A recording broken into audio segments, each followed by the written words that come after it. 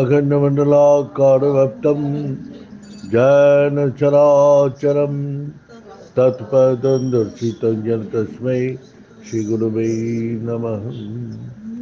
गुरु ब्रह्मा गुरु विष्णु गुरुदेव महेश्वर गुरु साक्षात् परब्रह्म तस्मै श्री गुरुवे नमः।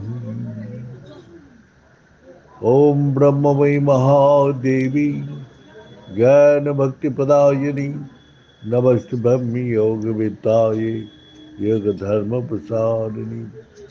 ओम सृष्टि स्थिति विनाशनानं शक्तिभूते सनातनी गुणाश्रय गुणमयी नारायणी नमोस्तुते।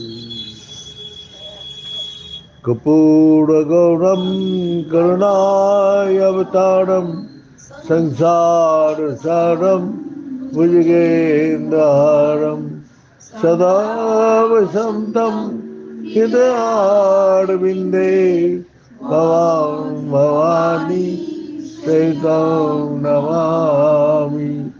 तमेव माता च पिता तमेव तमेव बन्धुस्सखा तमेव विद्यार्थविनः तमेव तमेव सर्वं मम देव। ॐ पूर्णमद पूर्णमिदं पूर्णात् पूर्णमुदच्यते पूर्णस्य पूर्णमादाय पूर्णमेवावशिष्यते। ओम शांति शांति शांति। भगवान बोले चार प्रकार भक्त আমাকে जानते पारे आत्मार्थी जिज्ञासु और ज्ञानी। ऐसे ही कहानी सुनाऊंगा आज जो वही कोई अपना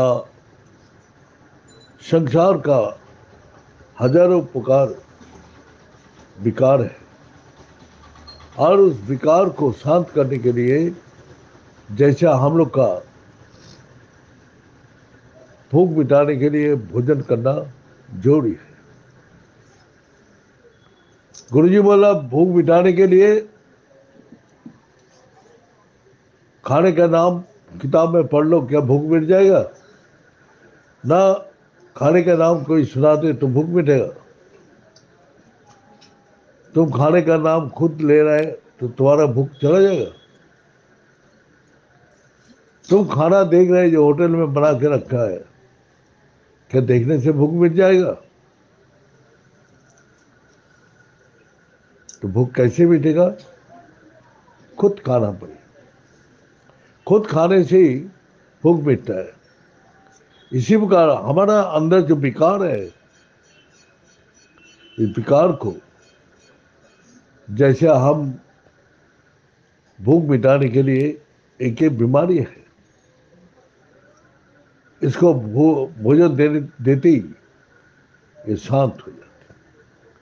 आपका दांत में दर्द हो रहा है, कान में दर्द हो रहा है, आपको पेट में दर्द हो रहा है, पैर में दर्द होता है, दर्द का दवाई खा लो, दर्द चला जाएगा। तो ये देहों का विकार है। अब मन का विकार है, बुद्धि का विकार है। मन का विकार होने से क्या होता है?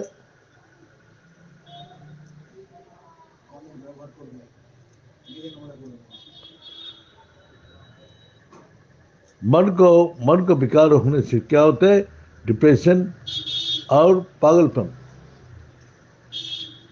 रात को नींद नहीं आएगा, भूख नहीं लगेगा, हजारों दिमाग में विचार घूमते रहेगा।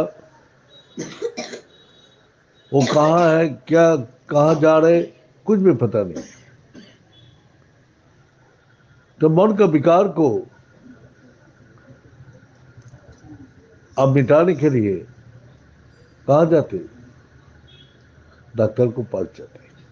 डॉक्टर आपको दवाई दे देते, तो डॉक्टर का दवाई लेके घर में आ गया, तो आपको क्या दवाई लाने से क्या बीमारी दूर हो जाती?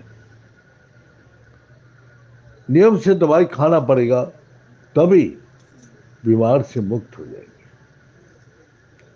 भगवान भी बोल रहे हैं कि तुम्हारा इस संसार में आया, इस संसार के सारे विकारों को विनाश करने के लिए तुमको हमने ये मंत्र शक्ति दिया। ये मंत्र तुमको मन को, बुद्धि को और इंद्रिय का विकारों को शांत करने के लिए।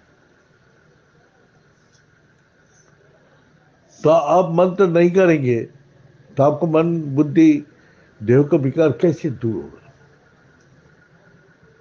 आप करो, पहले करके देख लो, हजारों उपाय करके देख लो। अब जो मंत्र करते हैं नियम से, उसको जाके देखो, उस सब विकार से मुक्त है। इसी प्रकार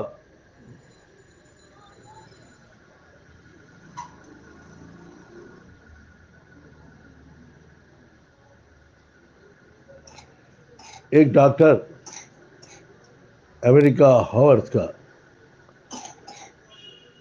उसने बोला हर मनुष्य का देह का अंदर एंटी पावर होता है, वह एंटी शक्ति होता है जो एंटी शक्ति और देहेर সমস্ত অসুখ থেকে তাকে হিলিং করে, তাকে সেই বিকারগুলোকে দূর করে। মন্ত্র শক্তি যেমন হচ্ছে, আমাদের দেহে ভালো এবং খারাপ দুটাই ব্যাকটেরিয়া আছে, এবং যারা মন্ত্র করে তারা নিশ্চিন্ত মন, তাদের বুদ্ধি স্থির, विचार में पवित्रता सब কিছু হওয়ার জন্য তাদের যে ভিতরে গুড ব্যাকটেরিয়া আছে সেগুলো ডেভেলপ হয়। আর যারা চিন্তা করছে, রাগ, দ্বেষ, হিংসা, অহংকার নিয়ে চলছে, তাদের মধ্যে ব্যাড ব্যাকটেরিয়াগুলো ডেভেলপ হয় আর তারা অসুস্থ হয়ে পড়বে, হবেই হবে। তাই জন্য বলেছি কারো নিন্দা করবে না, কারো নিন্দা শুনবে না। কিন্তু আমাদের মধ্যে ওঠাই সবচেয়ে প্রিয়, সবারই নিন্দা শোনা এবং নিন্দা করাই আমাদের কাছে খুব আনন্দ একটা আড্ডা। কেন বলেছে? কারণ এই যে মনের ভিতরে একবার যে এটা ঢুকে পড়লো, সেটা চলতে থাকবে সারা জীবন। তো এই বিকার থেকে মুক্ত করার জন্যেই তিনি দিয়েছেন, যাও এই মন্ত্র বসে তুমি অনুশীলন করো। তো এইবার দেখা যাচ্ছে তিনি, সেই ডাক্তারবাবু গেলেন ইসরায়েলে। ইসরায়েলে গিয়ে উনি হাওয়ার্ডের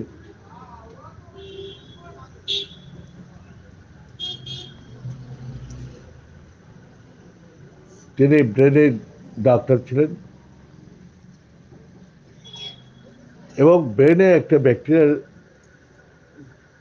ইসরায়েলে এসেছিল যে অনেক সৈনিকরা মারা যাচ্ছে।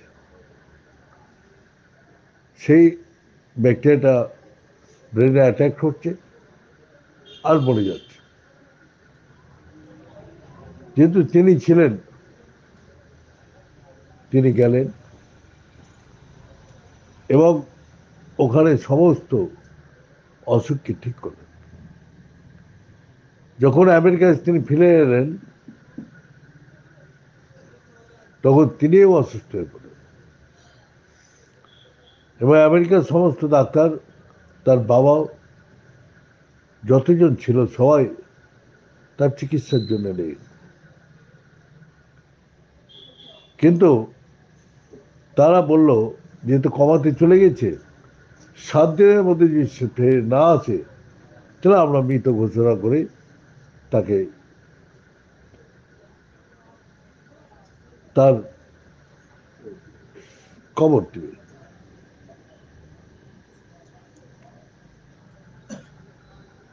এবার তিনি কি এলেন যে 6 দিনের মাথায় উনি ফিরে এলেন।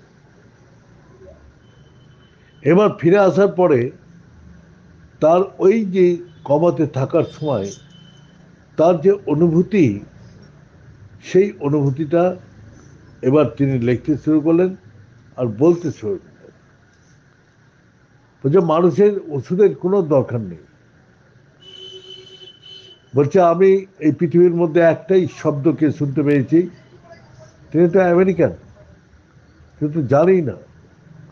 বলছে এটা আলোময় জগৎ, যে জগতে একটাই শব্দ প্রত্যেকটা জীবকে শক্তি প্রদান করছে, তাদের প্রত্যেকটা নেগেটিভ ব্যাকটেরিয়াকে মেরে দিচ্ছি আর পজিটিভ ব্যাকটেরিয়াকে ডেভেলপ করে দিচ্ছি।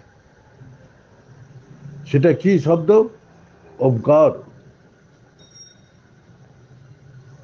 তিনি তো আমেরিকান, তিনি তো জানেই না ওমকারটা কি জিনিস। বলছে এটা গোটা বিশ্বব্যাপী সেই আওয়াজটা চতুর্দিকে শোনা যাচ্ছে। এবং আমাকে ওষুধ দেওয়াতে আমি ফিরে আসিনি, সেই শব্দ শুনতে শুনতেই আমি হঠাৎ আমার চেতনা জেগে আসে। আমার কোনো কষ্ট হয়নি এবং আমি যে মৃত সেটাও আমি অনুভব করতে হয়নি।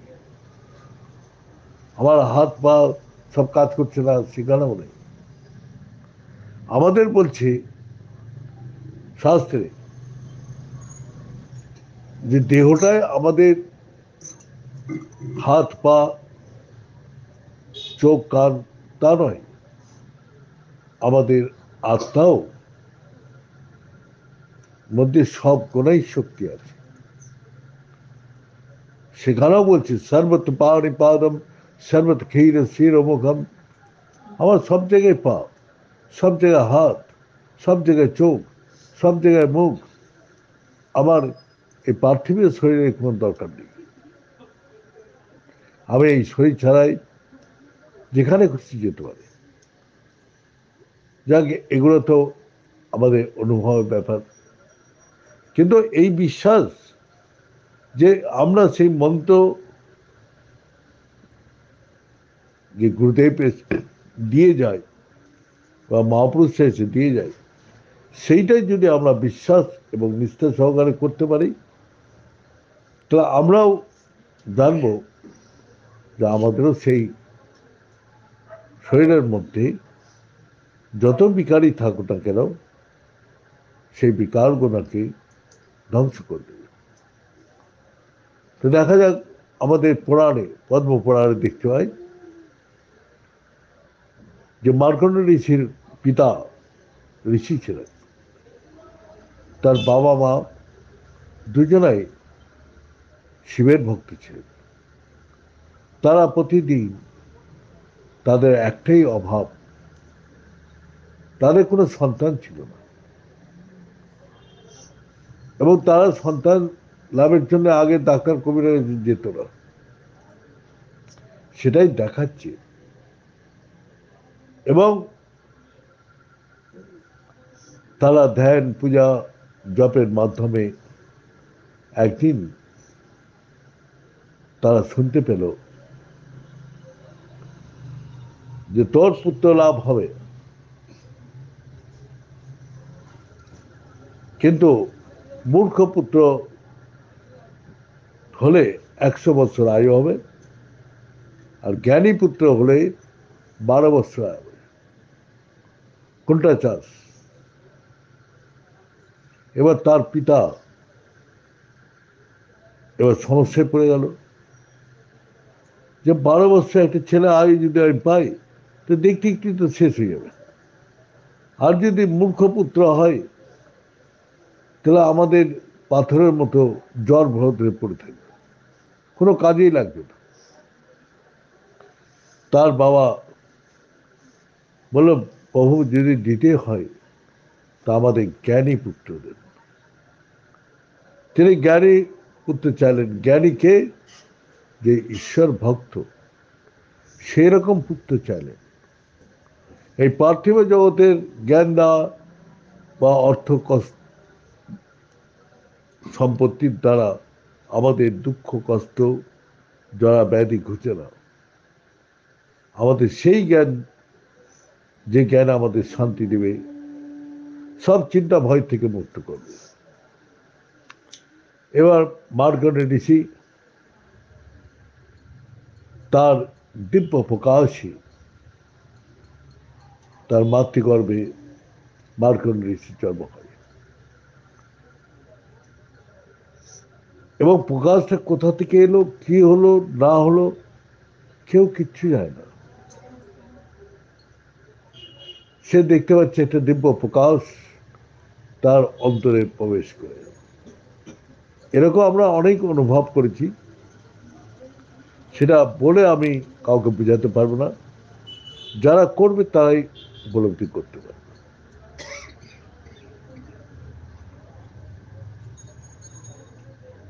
এবার মার্কণ্ডেয় ঋষি বড় হতে শুরু করলো। 1 মাস, 1 বছর, এই করতে করতে 7, 8, 9 বছরে যখন হয়েছে, তার বাবা মা খুবই কান্নাকাটি শুরু করলো। তখন মার্কণ্ডেয় ঋষি এসে জিজ্ঞাসা করলো, তোমরা কাঁদছো কেন? বলে, আমি কাঁদছি আমাদের ভাগ্য দেখে। তোমাদের ভাগ্য আবার কি? বলে, আমরা পুত্র লাভ করার পরও আমরা পুত্র হারাবো, তার ভয়ে, তার দুঃখে আমরা কাঁদছি। বলে, বাবা তুমি তো ঋষি, তুমি তো সব উপায় জানো, তুমি কোনো উপায় করো, নিশ্চয়ই কোনো উপায় আছেই। শাস্ত্রে লেখা আছে, তপস্যা কিংবা সাধ্যতেই। তপস্যা এমন একটা শক্তি যে অসম্ভবকে সম্ভব করতে পারে। এবার তিনি বলেন, বাবা আমার তো উপনয়ন হয়নি, আমাকে উপনয়ন দাও, উপনয়ন সংস্কার করাও। এবং আমি শুনেছি সেই উপনয়নে সপ্ত ঋষিদের আহ্বান করো, তাদের ডাকো, যারা ঋষি মহাঋষিরা আছে তাদেরকে আহ্বান করো। সেই 9 বছর বয়সে তার উপনয়ন হচ্ছে। এবং উপনয়নের পরে সমস্ত মার্কণ্ডেয় ঋষি প্রণাম করছে, প্রণাম করে তারা আশীর্বাদ করছে, কি শতবৎসর আয়ু তারা প্রদান করছে। তখন তার পিতা জিজ্ঞাসা করছে যে আপনারা সবই ত্রিকালদর্শী, আপনাদের মুখের বাক্য কোনোদিনই মিথ্যা হয় না, তাহলে আমি কি ভাবব?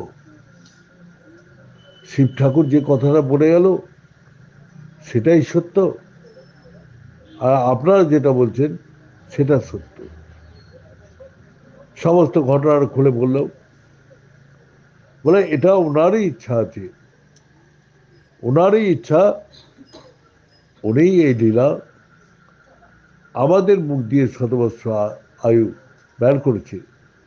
তোমার এই পুত্রকে পাঠিয়ে দাও তপস্যা করতে। নর্মদার তটে এখনো আছে মার্কণ্ড আশ্রম, সেই তটে এখনো সেই শিবলিঙ্গ প্রতিষ্ঠা করে পূজা করছে। সেই নর্মদার তটে জঙ্গল তখন চতুর্দিকে, সেই বালক শিবলিঙ্গ প্রতিষ্ঠা করে সেখানে সাধনা শুরু করল। শিবলিঙ্গ প্রতিষ্ঠা কি? নর্মদার সমস্ত পাথরই শিব প্রতিষ্ঠিত। তাই জন্য নর্মদেশ্বর শিবলিঙ্গ বসানো হয়, সেটা সর্বদাই প্রতিষ্ঠিত শিবলিঙ্গ, তাকে আলাদা করে প্রতিষ্ঠা করতে হয় না। তো সেখানে নর্মদার যে কোনো পাথরকেই বসিয়ে পূজা করলেই শিবের পূজা হয়। তো এবার সেই মার্কণ্ড ঋষি একাগ্র চিত্তে সেই নর্মদার জল খেয়ে, পাতা খেয়ে, ফল ফুল খেয়ে সে ঘোর তপস্যা শুরু করল। সেই সব সময় সেই দিব্য মন্ত্র, গায়ত্রী মন্ত্র, যে গায়ত্রী মন্ত্রকে বলা হয় যে সর্বমন্ত্রময়ী গায়ত্রী, গায়ত্রীর মধ্যেই সব মন্ত্র নিহিত আছে এবং গায়ত্রী মন্ত্রের দ্বারাই সপ্ত ঋষিরা ঋষিপদ লাভ করেছে। আজকে যে আমাদের গায়ত্রী মন্ত্র দেওয়া হয়, সেই পদ্ধতি আর আগের পদ্ধতির মধ্যে অনেক পার্থক্য। আমাদের যে উপনয়ন করা হয়, সেই উপনয়নের অর্থ হচ্ছে দু নয়নের সমীপে আর একটা নয়ন আছে, সেই নয়নটাকে খুলে দেওয়াই হচ্ছে উপনয়ন। আর যে আমাদের হে ওমকার রূপী ওম ভূ ভুব স্ব, হে ওমকার রূপী পরমাত্মা, হে ওমকার রূপী ব্রহ্ম, আপনি তিন লোক ব্যক্ত, আর তুমি সূর্যমণ্ডলে অবস্থান করছো। তৎসবিতুর, তৎ মানে ওই ওমকার, তুমি সূর্যমণ্ডলে অবস্থান করছো। বর্গ দেবস্ব, যত দেবদেবী আছে সব সূর্যমণ্ডলের মধ্যে নিবাস করছে, তাদের তুমি বরণ্য। তোমার ধ্যান করতে আমার বুদ্ধিতে বুদ্ধি প্রদান করো। ধীমহি ধিয় না প্রচোদয়াৎ। এখানে বললো ধ্যান করতে, আর আমরা কি করলাম, গায়ত্রী মন্ত্রটা কানে দিয়ে বললাম বাবা যাও 108 বার করে জপ করতে থাকো, সকাল সন্ধ্যা করে যাও। আর উপনয়ন মানে দু নয়নের সমীপে আরেকটা নয়ন আছে, সেটাকে খুলে দেওয়াই হচ্ছে উপনয়ন। আজকাল ব্রাহ্মণদের দেখলাম কেউ তো সেটা করেই না। সব গায়ত্রী যোগ যজ্ঞ, হ্যাঁ, যত রকম বাহ্যিক আড়ম্বরতা আছে সব করে দিয়ে, হ্যাঁ, রাজবেশ এ বেশ পড়িয়ে সব কত রকম, কিন্তু আসল তো তাকে উপনয়ন দেওয়াই হলো না, আসল শক্তি তাকে প্রদানই করা হলো না। তো সে ব্রাহ্মণ ধীরে ধীরে দুর্বল হয়ে যাচ্ছে। তারা সেই গায়ত্রীর শক্তি কোথা থেকে পাবে, যেখানে আমরা উল্টা পথে চললাম। এখন আবার কার্টে সেদিন আমি একটা জায়গায় দেখলাম অপৈতে ভাত। আমি বললাম এটা আবার কি জিনিস, এটা তো কোনোদিন কার্ডে দেখিনি। আগে দেখেছি যে গায়ত্রী মন্ত্র নেওয়ার আগে 7 দিন থেকে তারা গোশালায় থাকবে, তারা নিরামিষ খাবে, হ্যাঁ, তারা এক এক পাখি রান্না খাবে, হ্যাঁ, তারা গোয়ালেই নিবাস করবে, খাটে বাড়িছে না। তারা তো কঠোর, তাদেরকে উপনয়ন দেওয়ার পরে তারা সেই গোশালায় 7 দিন কাটাত। যাদের ভাগ্যে সন্ন্যাস ছিল সেই 7 দিনের মধ্যেই তারা সংসার ত্যাগ করে দিয়ে চলে যেত, আর না তো সংসার থেকে তারা সাধনা করত। তারপরে মন্ত্র তো মুখে বলাই যায় না, কারণ সেটা তো এমন জায়গায় অবস্থান আছে, সেই মন্ত্র ওমকার আমাদের মধ্যে প্রতিষ্ঠিত আছে। সেটাই বলছে যে সেটাকে কি করতে হচ্ছে, ওমকার বিন্দু সংযুক্তম নিত্য ধারিত যোগিনাম, সেই বিন্দুতে স্থির হতে হবে। আর কি বলছে, অবাচ্য প্রণব সাগ্রসম বেদ সুবেদবিদ। অবাচ্য, না মন দিয়ে, না বুদ্ধি দিয়ে, না ইন্দ্রিয় দিয়ে। প্রণব মানে প্রাণে নিবাস করছে। ওমকার আমাদের প্রত্যেকটা মানুষের প্রাণে নিবাস করছে। ছেলে মেয়ে, জীব জন্তু, পশু পাখি সবাই এখানে গাইতে। পূজার সময় ব্রাহ্মণরা বলে, এই ওমকার মেয়েরা বলবে না, শুদ্ধরা বলবে না। আরে ওমকার বলাই যায় না, আমি পণ্ডিতকে দিয়ে ওমকার বলা যায়? বলে এটা আমাদের নিয়ম অনেকদিন থেকে চলে আসছে, তাই জন্য এটা চালাইতেই হচ্ছে। আরে আপনারা সংশোধন করবেন তো, না ভুলটা কি আপনারা চালিয়ে যাচ্ছেন? তাহলে ওরা কি বুঝবে? যারা আসছে আপনাদের উপরে বিশ্বাস করে, আপনাদের উপরে নিষ্ঠা রেখে তারা আসছে, তারা ভুলটাকে ঠিক করেন। বলছে এতদিন থেকে বলে আসছে, আমি কি তা চেঞ্জ করলে কেউ চেঞ্জই করবে না। তারা ওটাই নিয়ম জেনে এসছে। আমি বললাম যে শাস্ত্রে তো এই নিয়ম লেখা আছে, জন্মেনেই যাইতে শূদ্র, যে জন্মগ্রহণ করছে সে শূদ্র। সংস্কারক দ্বিজ উচ্চতে, যখন তাকে সংস্কার করা হচ্ছে, তৃতীয় নয় যাকে উন্মোচন করা হচ্ছে, তার তখনও জ্ঞান হয়নি। তাই জন্য বলছি দ্বিতীয়বার তার জন্ম হলো। বেদ পঠের বিপ্র, বেদ কোনটা? ওমকারটাই বেদ। এবং এই ওমকারটা যারা পাঠ করবে, যারা অনুশীলন করবে, তারাই বেদ পাঠ করছে। বেদ মানে জ্ঞান, তিন কালের, অতীত, বর্তমান, ভবিষ্যৎ। এবং তার মধ্যেই সর্বদেবতা, মন্ত্রময়ী সর্বদেবতা, এবং ওই গায়ত্রী মন্ত্রের মধ্যে সব দেবতারা নিবাস করছে। যাকে আমি আহ্বান করব, তিনি আমাদের সেই শক্তি প্রদান করবে। তাই এখানে আমাদের কি করছে, সব উল্টিয়ে গেছে। আমরা নিজেরাই সেটা সংশোধন করতে চাই না।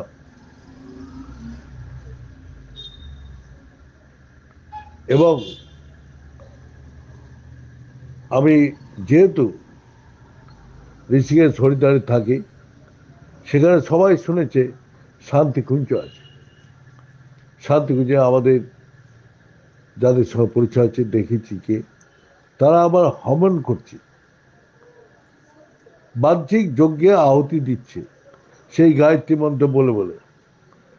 আর আমাদের ভগবান সেই যজ্ঞ দিয়েই পাঠিয়েছে।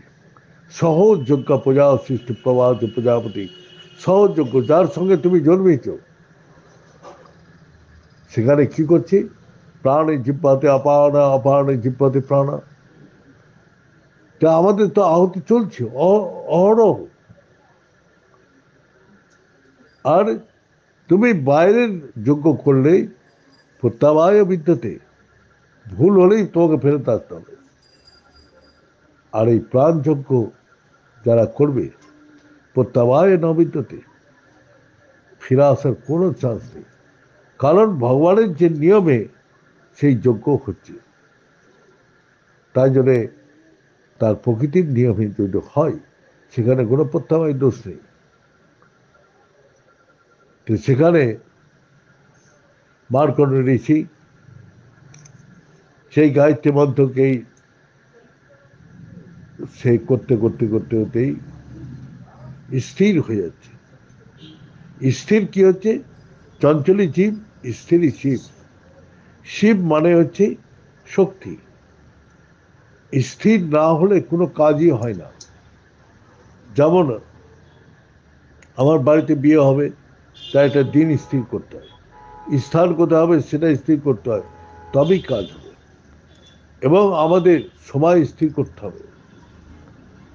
ট্রেন, বাস, অফিস, আদালত সব সময় স্থির আছে।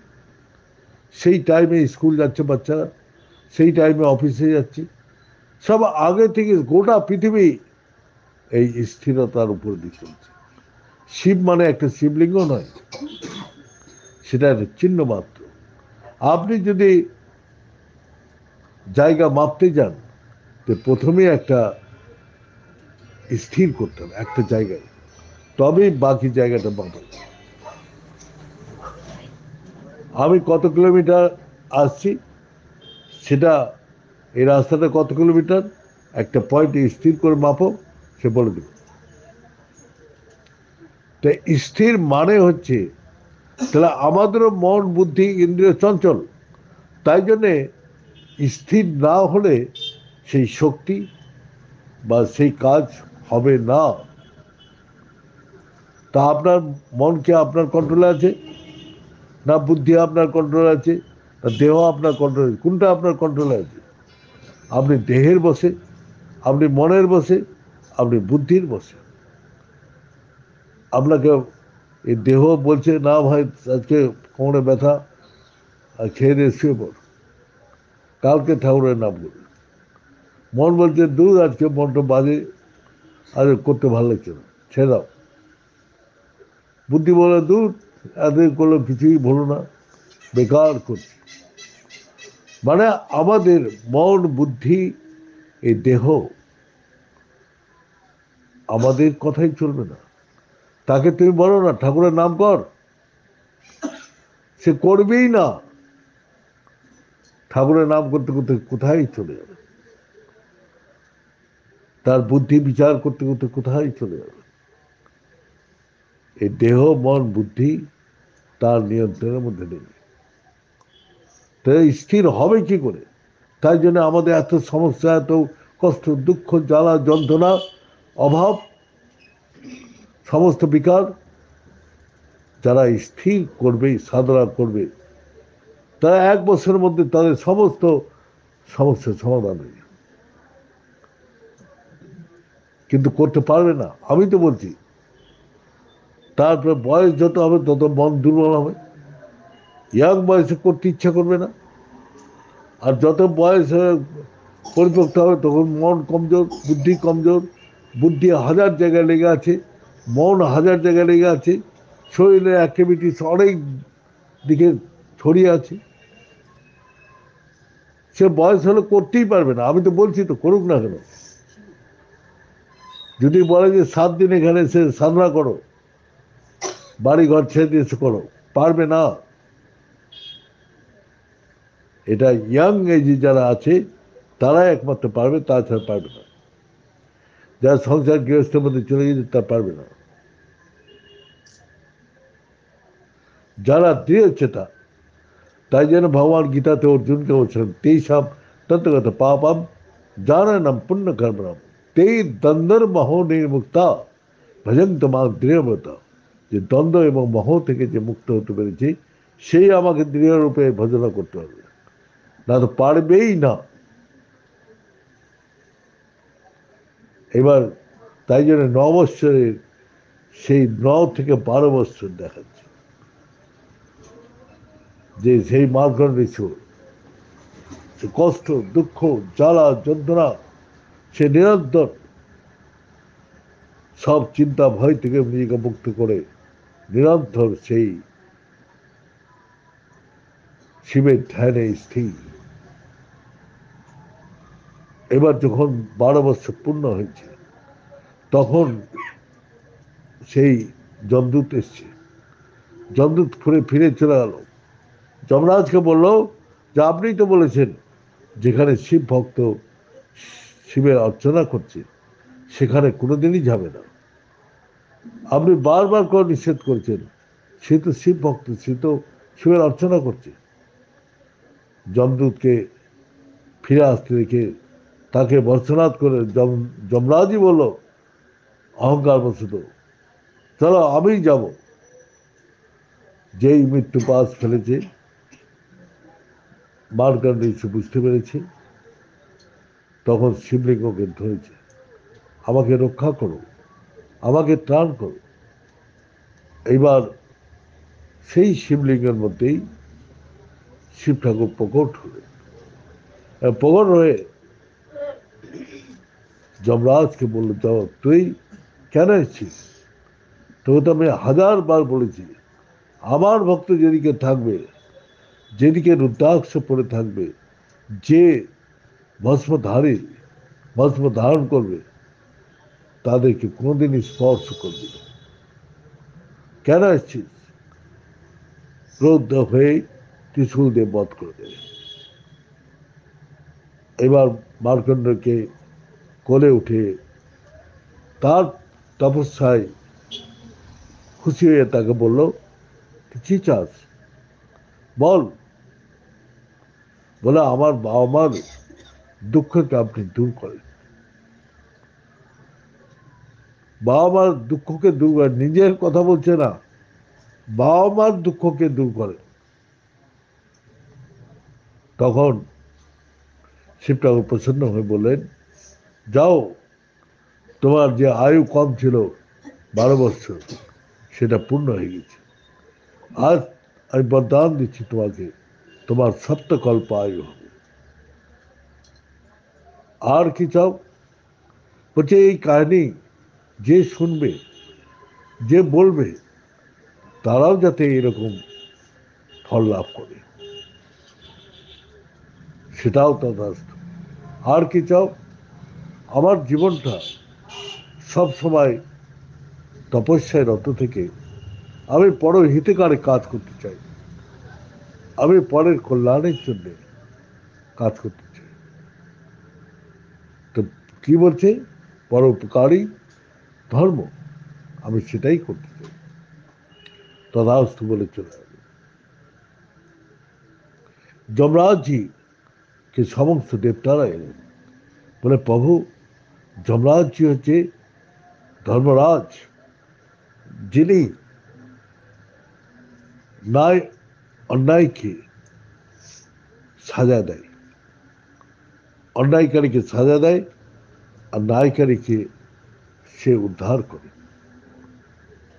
যেমন কোর্টের জাজ অপরাধীদের সাজা নির্ণয় করে আর মুক্তও করে, তো সেরকম তার যমরাজ না থাকলে এই সৃষ্টি ব্যভিচার, অনিচার, সব বিভিন্ন রকম অনুশাসন মুক্ত হয়ে যাবে। এবার দেবতাদের কথায় মার্কণ্ড ঋষির ইচ্ছাতে তিনি আবার যমরাজকে পুনর্জন্ম দিলেন। যাও যমরাজ, তুমি আমার ভক্তদের দিকে কোন দিকে আসবে না। তাই জন্য বলছে, শাস্ত্রে বলেছে, মনুষ্য জন্ম দেব দুর্লভ। আর দুর্লভ কি? যে পূর্ণাঙ্গ শরীর, সেটাও দুর্লভ। আর সদ্গুরু লাভ, সেটাও দুর্লভ।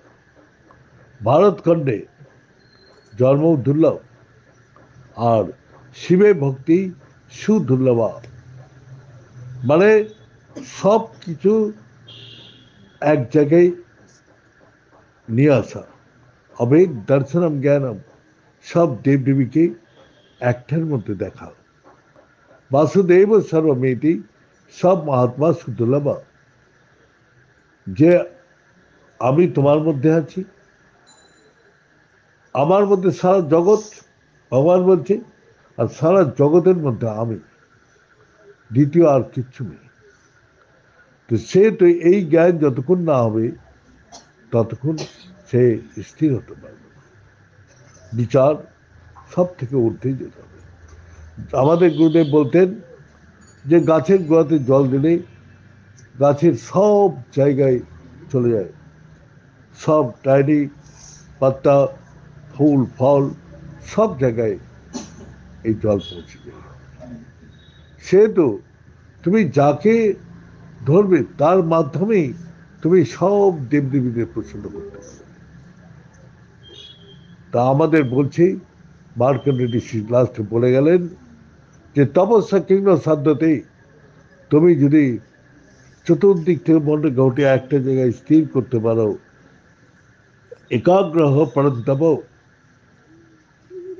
একাগ্রতাই সবচেয়ে বড় তপস্যা।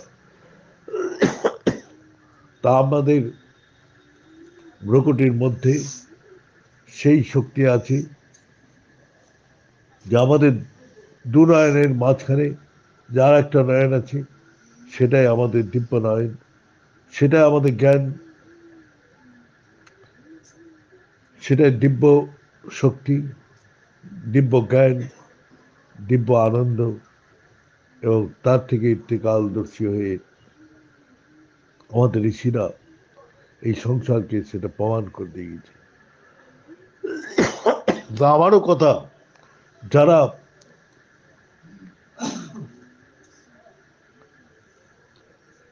এতদিন কি বিচার নিয়ে চলেছে আমি জানি না, কিন্তু আজকে যারা বিচার শুনছে তারা নিজেদের পরিবর্তনই তাদের উন্নতির কারণ। গো ধরে বা অহংকার বশত ধরে থাকলে সে কোনোভাবেই সে উন্নতি করতে পারবে না। তাই জন্য সর্ব অহংকার বিমোচনম, সব অহংকারকে ত্যাগ করো,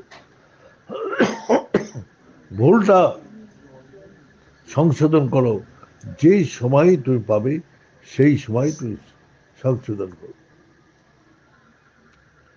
তাহলে আমার অনেক জায়গায় বলেছি, শিব ঠাকুর শ্মশানবাসী, বাড়িতে বলে রাখতে হয় না। যার হৃদয়ে সমস্ত ইচ্ছা থেকে মুক্ত, তার হৃদয় হচ্ছে শ্মশান। আর সেখানে পঞ্চমুণ্ডী আসন, আমি তারাপীঠে গেছিলাম, বলছে এখানে বসবেন না, আমরা ছাগল ভেড়া গরু সবাই তো বসছে পঞ্চমুণ্ডী আসনে।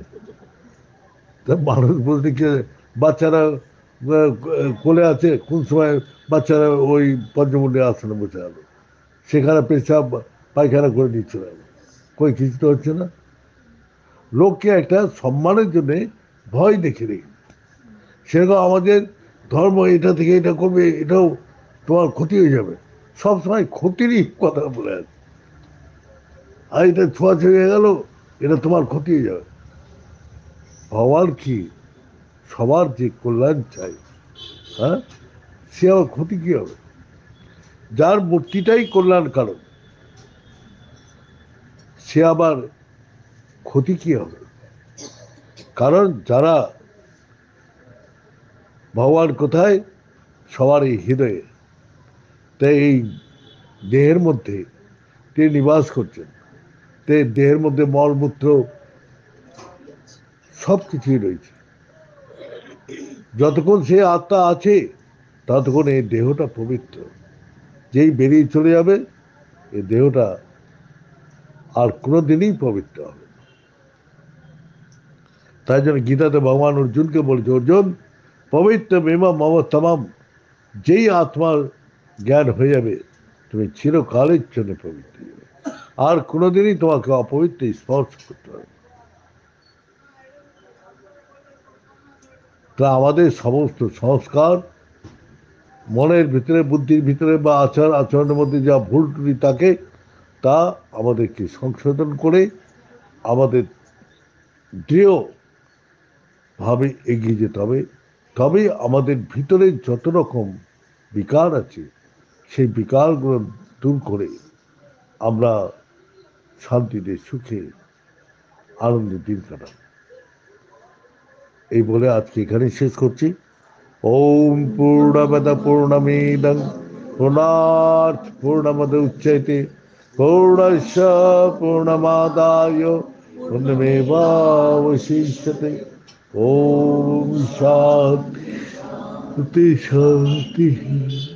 बोले सच्चे दरबार की, बोले सतगुरु भगवान की, बोले शंकर भगवान की, बोले माता जगदम्बे की, बोले भक्त बिंदु की, बोले संत बिंदु की, बोले सनातन धर्म की, बोले धर्म की, अधर्म का प्राणियों में, विश्व का हर हर महादेव।